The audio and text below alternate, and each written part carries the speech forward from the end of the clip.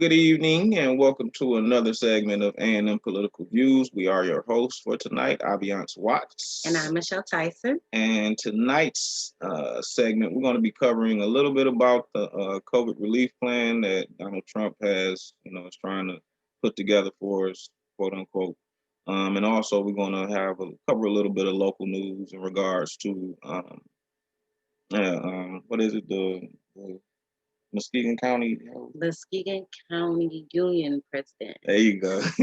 and some of his tricks that he has up his sleeve.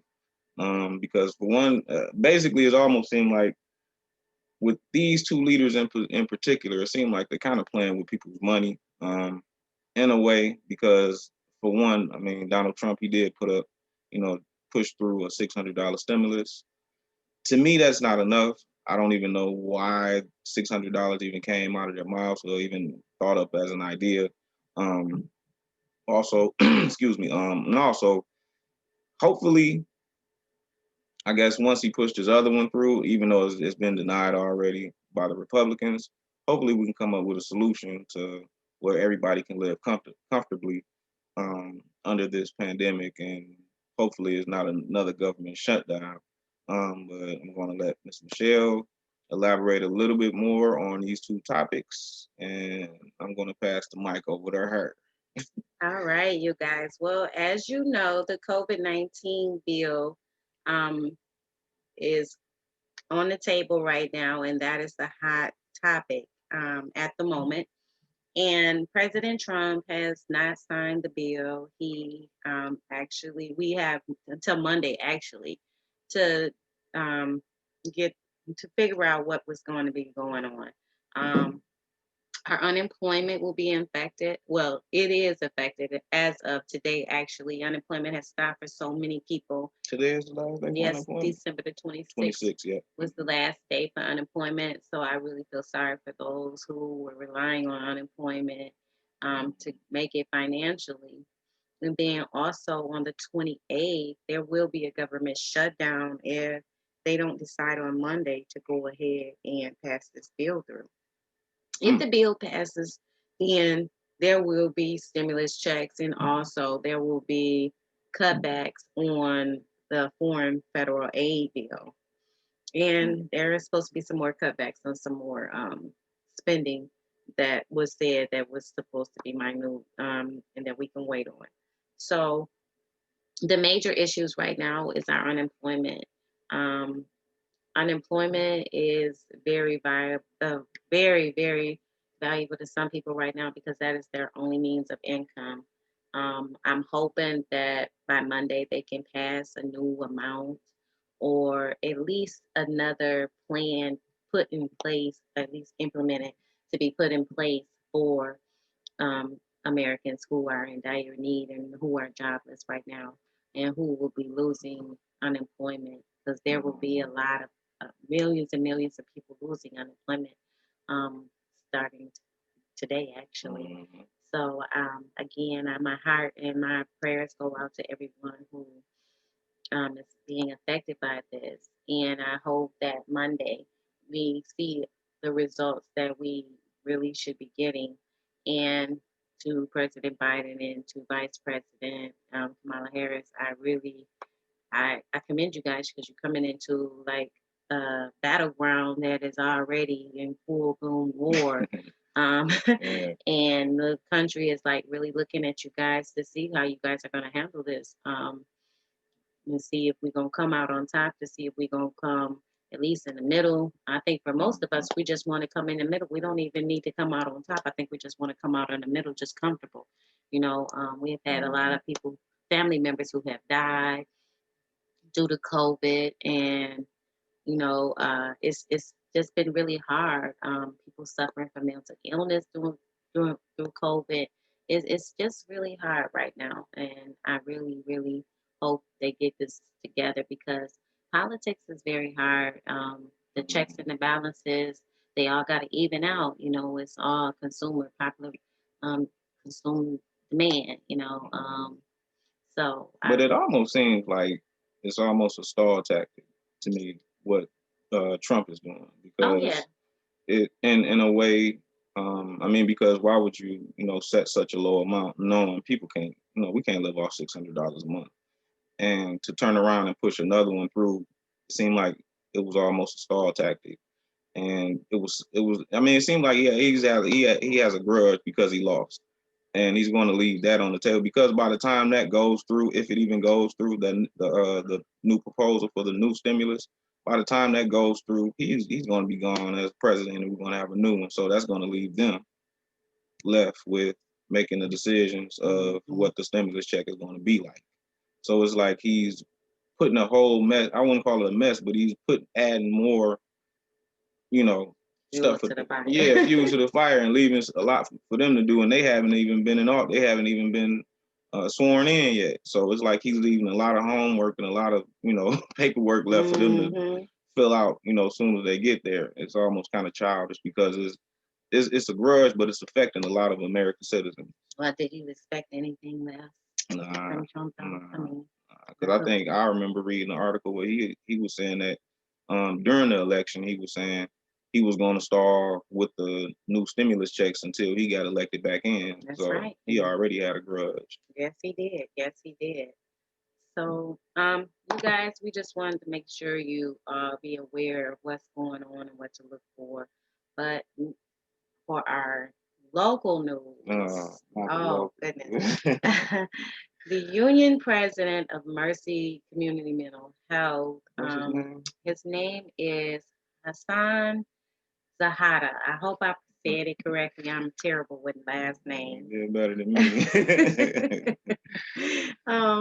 He has been named as a claimant in a case for embezzlement in Grand Rapids, actually. But he works for Mercy Health Partners. He was the union president for the Muskegon area, and it was said that he allegedly um,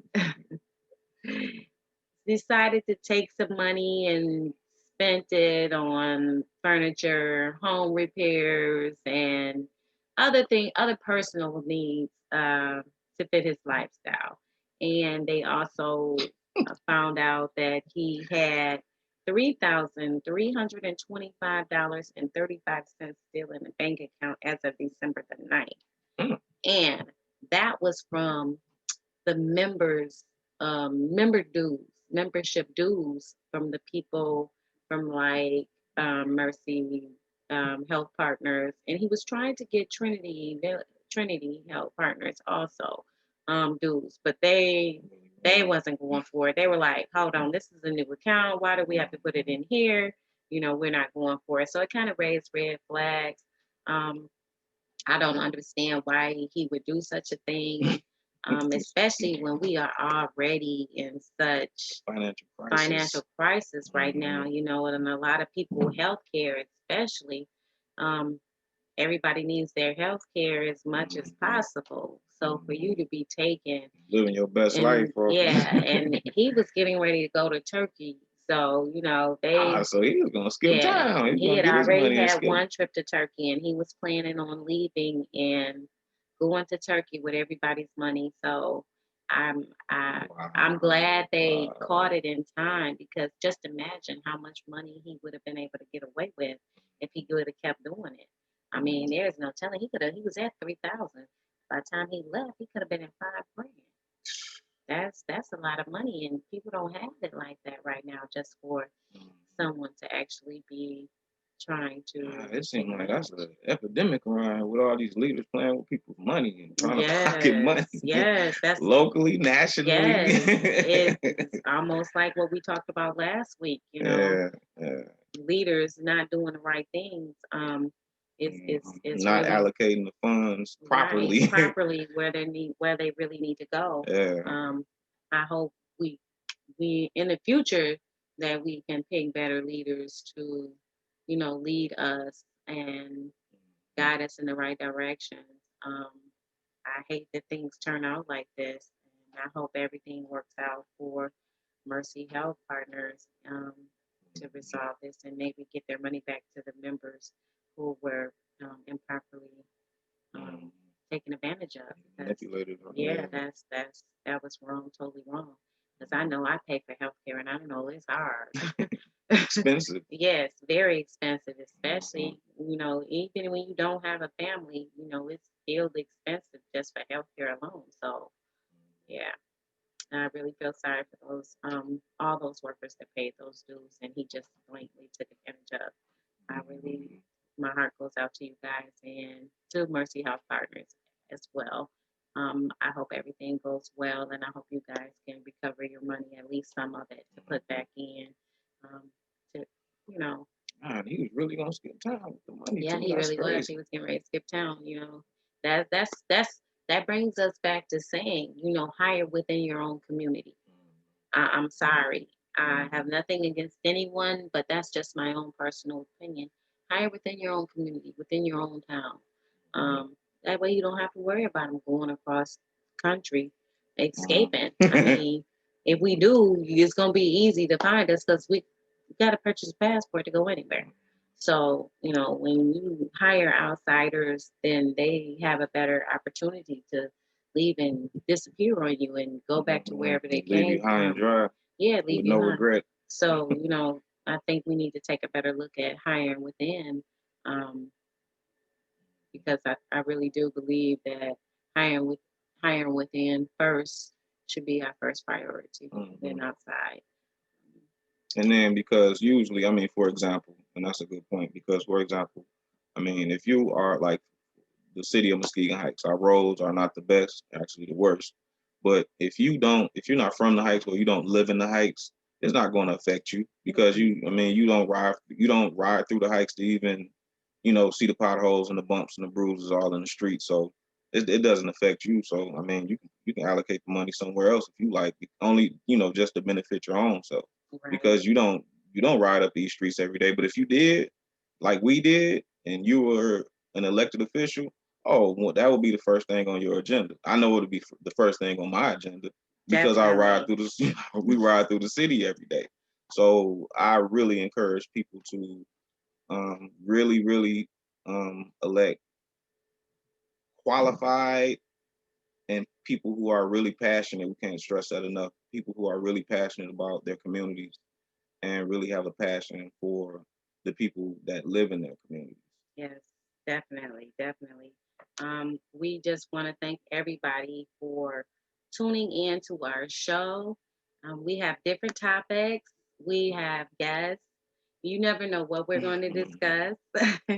um, some days the guests that we have come on, we don't know what they're going to discuss. We just let them go. Never will we come on here to try to bash anyone, but we do want to make sure that our community is well informed on everything that is going on within our community. And we want you to hear the truth, whether it's A something, hard truth or a soft yes, truth. whether it's the hard truth or the soft truth. But either way it go, it's going to be the truth. Um, so we just really want to thank you guys for tuning in, and we want to thank you for following us, whether it's Facebook or whether it's our website. And we just want to say happy holidays to everyone and make sure you stay safe and enjoy your holidays.